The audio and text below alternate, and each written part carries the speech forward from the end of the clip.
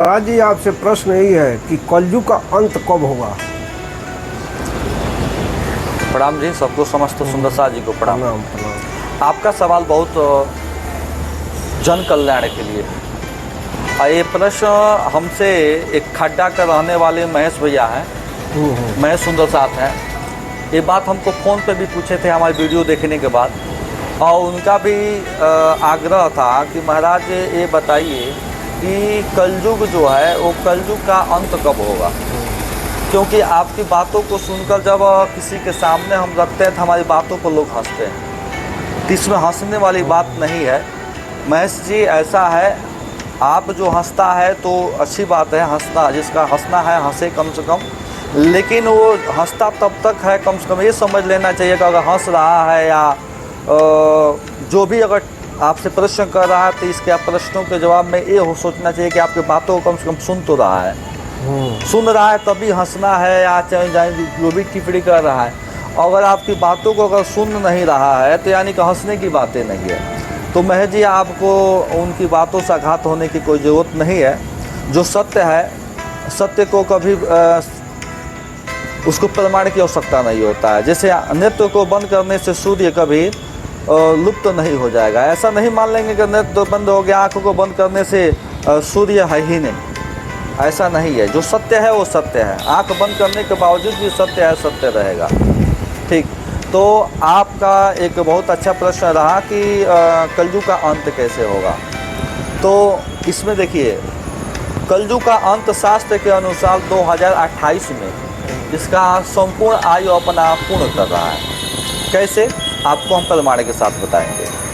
अगर महाराज जी, पंडित लोग तो कहते हैं कि ये कलयुग प्रथम चल रहे हैं।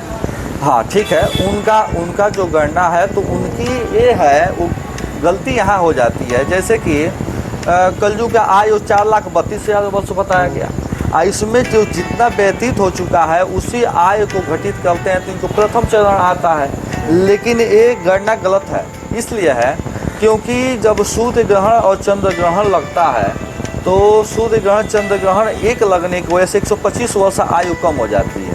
ये शास्त्र कह रहा है, हम नहीं कह रहे हैं। जैसे कबीरदास जी की वाणी कहती है, पृष्ठ संख्या 137 में जब देखेंगे कबीर वाणी की, तो उसमें कबीरदास जी कहते हैं, ग्रहण पदे 3412 कलयुग लेखा भयो निर्धारा। जब सूर्य ग्रहण चंद्र ग्रहण लगता है तो कितना लगता है, तो लगने के बाद 34 बार वो बता दिए अपने वाणियों के द्वारा कि ग्रहण लगे, यानी कलयुग में आपको 3412 सूर्य ग्रहण चंद्र ग्रहण लगना है। ठीक, और ग्रहण लगे कहते हैं ग्रहण पदे 3412 यानी कि 3412 सूर्य ग्रहण और चंद्र ग्रहण लगना है। ठीक, और इस बात को 125 वर्ष क्यों कम होता है, इसकी आपकी प्रमाण मिल जाएगा वशिष्ठ दीपिका में। एक बार गुरु वशिष्ठ जी श्री रामचंद्र जी से कहे कि हे राम, जब मनुष्य के पाप कर्म के द्वारा सूर्य ग्रहण चंद्र ग्रहण लगते हैं, और जब ये सूर्य ग्रहण चंद्र ग्रहण लगता है तो आयु कलयुग की आयु क्षीण हो जाएगी। तो कितना होगा, तो एक सूर्य ग्रहण लगने से 125 वर्ष आयु क्षीण हो जाएगी, ऐसे गुरु वशिष्ठ जी ने कहा। वशिष्ठ दीपिका की बात है। तो उसी की बात को फिर आप देखेंगे कबीर वाणी में एक और कहते हैं कि कितना होगा, तो कहते हैं 5505। ये शब्द होगा तब साँचा, यानी कि जब ये आप 3412 गुणे 125 करेंगे तो आपका कितना 3412 सूर्य ग्रहण चंद्र ग्रहण लगने की प्रमाण है कि आपको कलयुग में लगेगा। तो एक सूर्य ग्रहण चंद्र ग्रहण लगने से 125 वर्ष कम हो जाती है। तो 125 वर्ष को गुणा करेंगे 3412 तो होगा 4,26,500 वर्ष। तब इसमें करना क्या है कि 3,432 वर्ष जो कलयुग की आयु है, उसमें जो 3,412 गुणे 125 किए हैं, जिसमें एक 4,26,500 वर्ष जो व्यतीत हो रहा है, उसको माइनस जब करेंगे तो आपका शेष आएगा 5500 वर्ष, जो कलयुग की आयु बचती है। अब ब्राह्मण देवता क्या करते हैं, और 5500 वर्ष में बीता हुआ समय को ना घटा के और क्या करते हैं, 4,32,000 वर्ष जो बीता हुआ समय उसको घटाते हैं, तो प्रथम चरण होता है। बल्कि ये गणना गलत है। क्योंकि अगर उनकी अगर मानना देखा जाए कि उनकी बातों को देखा जाए तो बात तो सही है, तो जरा विचार करिए। यानी कि तो कबीरदास झूठ बोल रहा है, तो उनको अपने वाणी में कह दिए ग्रहण पड़े 3412 कलयुग लेखा भयो निर्धारा, तो जब घटाने में तो बताइए तो ये वो कबीर तो ऐसे तो आम इंसान थे है नहीं, कोई आम संत तो है नहीं, तो वो तो अक्षर ब्रह्म के 5 विभूतियों में से एक है कबीरदास। तो उन्होंने कहा कि 5505 आया, यानी कि 5500 वर्ष ठीक होगा। तो इस बात को जब घटाएंगे 5500 वर्ष में से जो बीत गया है, जब उसकी हम लेखा जोखा जब करेंगे तो इस बात को हम बता रहे हैं। तो आपको देखना है तो बुद्ध स्रोत, बुद्ध गीता और भविष्य पुराण में इसका प्रमाण आपको स्पष्ट रूप से मिल जाएगा। क्योंकि हम सुनी हुई बात को नहीं कहते हैं, जो प्रमाणित है उसी कहा जाता है। क्योंकि हमारे सिक्की से परिणामी धर्म में सुनी हुई बात को ज़्यादा हम लोग महत्व नहीं देते हैं। जो श्री प्राणनाथ जी की वचन है उन पे हम लोग विचार करते हैं, शास्त्रों का जो बात है उस पर हम लोग चलते हैं। तो ये है कि उसके हिसाब से 5500 वर्ष में से व्यतीत हो जाने की वजह से अभी तक 375 वर्ष शेष अभी बची हुई है, आयु है 375। अब उसमें चूंकि अभी देखिए कि सूर्य ग्रहण चंद्र ग्रहण अभी तक 3401 लग चुके हैं, ये 2025 की बात है। तो अभी तक 3401 सूर्य ग्रहण और चंद्र ग्रहण लग चुके हैं। क्या है दे दीजिए उनको दान। 3401 सूर्य ग्रहण और चंद्र ग्रहण अभी तक 2025 तक लग चुका है। अब लगने के बाद आपको 2025 में 4 सूर्य ग्रहण लगेगा, ठीक, और 2026 में 4 सूर्य ग्रहण लगेगा, और 2027 में 1 लगेगा, और 2028 में 2 सूर्य ग्रहण लगेंगे, चंद्र ग्रहण लगेंगे।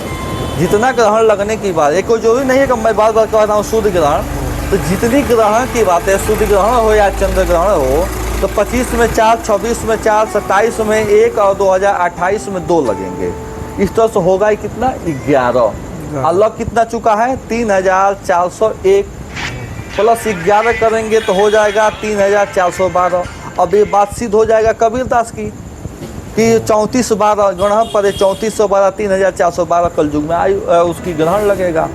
तो उसके बाद इसका 375 होगा। इसलिए इस शास्त्र के अनुसार देखा जाए तो कलयुग का प्रथम चरण नहीं, ये चौथा चरण चल रहा है, और उसमें 2028 में कलयुग संपूर्ण आयु को अपनी पूर्ण कर रहा है।